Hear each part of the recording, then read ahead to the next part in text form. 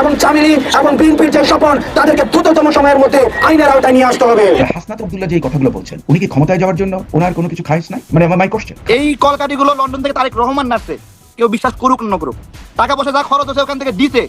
আমি আজকে এখানে বলছি। আসসালামু আলাইকুম রহমতুল্লাহি আবরাকাতু। সম্মানিত দর্শক, দেশে শুরু হলো বৈষম্য বিরোধী ছাত্র আন্দোলন, যেখানে স্লোগান ছিল বঙ্গবন্ধুর বাংলায় বৈষম্যের ঠাঁই নেই। সেখান থেকে স্লোগান পাল্টে হলো তুমি কে রাজাকার, আমি কে রাজাকার। কে বলেছেন? সরকার সরকার। সেই স্লোগান পাল্টে নতুন করে স্লোগান হলো এই মুহূর্তে এক দফা দাবি।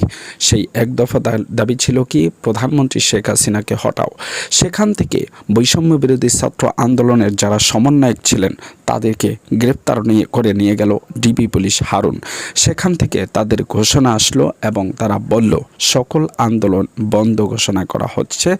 যেহেতু আন্দোলনের যেই রূপরেখা ছিল সেটিকে প্রধানমন্ত্রী শেখ হাসিনা মেনে নিয়েছে, বৈষম্য দূর করে দিয়েছেন এবং কোঠা সংস্কার বাতিল করে দিয়েছেন, তারপরে আন্দোলন বাতিল ঘোষণা করলো। কিন্তু প্রশ্ন হলো, তাহলেও এক দফার আন্দোলন চালিয়ে গেলেন কোন চালিকার শক্তিতে, কিংবা এর পিছনে কে কলকাঠি নেড়েছিলেন? সে বিষয়ে বিস্তারিত আলোচনা করব আজকের ভিডিওতে। দর্শক, আপনারা ভিডিওটার ইন্ট্রোতেই হয়তোবা শুনেছেন যে তিনজন ব্যক্তির বক্তব্য। দর্শক, আপনাদের মতামত আমাদেরকে জানাবেন কমেন্টস বক্সে। তার আগে বলে রাখতে চাই, এরকম নিত্য নতুন আপডেট নিউজগুলো পেতে হলে অবশ্যই চ্যানেলটিকে সাবস্ক্রাইব করে রাখবেন। দর্শক, আপনাদেরকে যে বিষয়টি জানিয়ে রাখা জরুরি যে এই সব কিছুর মূলে কে ছিলেন, তিনি হচ্ছেন তারেক রহমান। বিএনপি নেতা তারেক রহমান লন্ডন থেকে কলকাঠি নেড়েছেন, এমনটাই সাক্ষ্য দিচ্ছেন তারেক রহমান। সেই আরেক তারেক রহমান যিনি বাংলাদেশে গণ অধিকার পরিষদ থেকে ছিটকে পড়া নেতা। তারেক রহমানের সাথে তার কথা হয়েছে এবং তিনি বলেছেন আন্দোলন কতদূর। তারা বলছেন যে আন্দোলন চালিয়ে নিতে আরও সময় লাগবে কিংবা অনেক অর্থের প্রয়োজন। তারেক রহমান প্রশ্ন করেছিলেন কী পরিমাণ অর্থের প্রয়োজন। তিনি বলেছিলেন 1 বছরের রাজনীতি করতে যেই পরিমাণ অর্থ ব্যয় হয় ওই পরিমাণ অর্থ ঢেলে দিতে হবে। তারেক রহমান তাতেও রাজি হয়েছিলেন। এরপরেই শুরু হয় নতুন খেলা। সেখানে 14টি দলে বিভক্ত হয়। সেই 14টি দল থেকে সমন্বয়কদেরকে বাদ দিয়েই নতুন করে ঘোষণা দেওয়া হয় এক দলের এক দফা দাবি।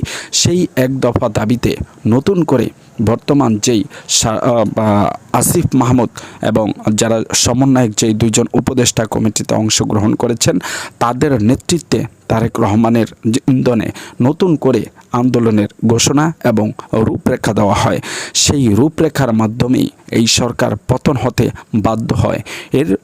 এই এমন প্রশ্নের জবাবে তারেক রহমান বলেন যে যদি সেটা ছাত্রদল সমন্বয়ক কমিটির দ্বারাই হতো তাহলে 5ই আগস্ট পর্যন্ত কেন বৈষম্য বিরোধী ছাত্র আন্দোলনের কোনো কর্মসূচি ছিল না? যদি এক দফা দাবি হতো তার আগে তারা কোথায় ছিল? কেন এই ঘোষণা পরে দেওয়া হয়েছে? যখন ডিবি হারুন তাদেরকে ধরে নিয়ে গেছেন তখন কেন সে আন্দোলন চূড়ান্ত পর্যায়ে বন্ধ হয়ে গিয়েছিল? সেখান থেকে নতুন করে কারা চালিয়েছেন? দর্শক, আরেকটি বিষয় জানিয়ে রাখি, সেটি খুবই গুরুত্বপূর্ণ বিষয়, যেটাই তারেক রহমান বলেছেন। তিনি বলছেন যে বৈষম্য বিরোধী ছাত্র আন্দোলনের যিনি প্রধান হাসনাত আব্দুল্লাহ, যিনি নতুন করে একটা রাজনৈতিক দল গঠন করতে চান, তিনি তারেক রহমানকেও ব্যঙ্গ করে অনেক কথা বলেছেন। যদি তারেক রহমানকে ব্যঙ্গ করে কথা বলে থাকেন, যদি তার ক্ষমতার প্রতি কোনো লোভ লালসা না থেকে থাকে, যদি তিনি রাষ্ট্রের মানুষের জন্য কিংবা ছাত্রদের জন্যই কাজ করে থাকেন, তাহলে হঠাৎ করে কেন নতুন রাজনৈতিক দল গঠন করতে চান? নতুন রাজনৈতিক দল গঠন দ্বারা তিনি কি আবারও রাজনীতিতে ফিরে আসতে চান, নাকি নতুন কোনো ক্ষমতার স্বাদ পেতে চান? এমন প্রশ্নের জবাবে তারেক রহমান বলেন না, তিনি মূলত বিএনপি কিংবা ছাত্রদের কোনো অংশদারিত্ব নয়, তিনি ছিলেন ছাত্রলীগের এক সময়ের কর্মী এবং বঙ্গবন্ধুকে যিনি পিতা হিসেবে সাব্যস্ত করেছেন। শুধু তাই নয়, আওয়ামী লীগের পক্ষে গিয়ে অনেক রকম বিবৃতি পর্যন্ত দিয়েছিলেন এবং আওয়ামী লীগের অংশীদারিত্ব ছিলেন এই হাসানাত আবদুল্লাহ।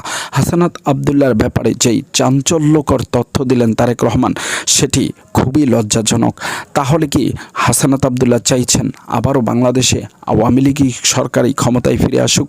এজন্যই তিনি নতুন রাজনৈতিক দল গঠন করে সেটিকে আওয়ামী লীগের নিজেদের ব্যানারে আওয়ামী লীগকে টানতে চাইছেন, এমনটাই প্রশ্ন এখন নেটিজেনদের মনে। সম্মানিত দর্শক, ইতিমধ্যে আপনারা জেনেছেন যে বৈষম্য বিরোধী ছাত্র আন্দোলনের পক্ষ থেকে নতুন যেই দলের ঘোষণা, সেখানে এখনো পর্যন্ত কার্যক্রম চলমান রয়েছে। যদি তারা ক্ষমতার জন্য নাই করতেন তাহলে এমন কাজ কেন করলেন, সেটাই প্রশ্ন তারেক রহমানের। দর্শক, আরেকটি বিষয় আপনাদেরকে জানিয়ে রাখি, সেটি হচ্ছে তারেক রহমান যিনি বিএনপির ভারপ্রাপ্ত চেয়ারম্যান, তিনি লন্ডন থেকে কি পরিমাণ অর্থ এবং কি পরিমাণ মেধা এবং কি পরিমাণ যুক্তি দিয়ে জনগণকে কিংবা ছাত্র সমাজকে ঐক্যবদ্ধ করে রেখেছিলেন, সেটি নিয়ে অন্য একটি ভিডিওতে আপনাদের সামনে উপস্থিত হব। ততক্ষণ পর্যন্ত সকলেই ভালো থাকুন, সুস্থ থাকুন। আজকের মতো এখানে বিদায় নিচ্ছি। দেখা হবে অন্য কোনো ভিডিওতে। আসসালামু আলাইকুম ওয়া রাহমাতুল্লাহি ওয়া বারাকাতুহু।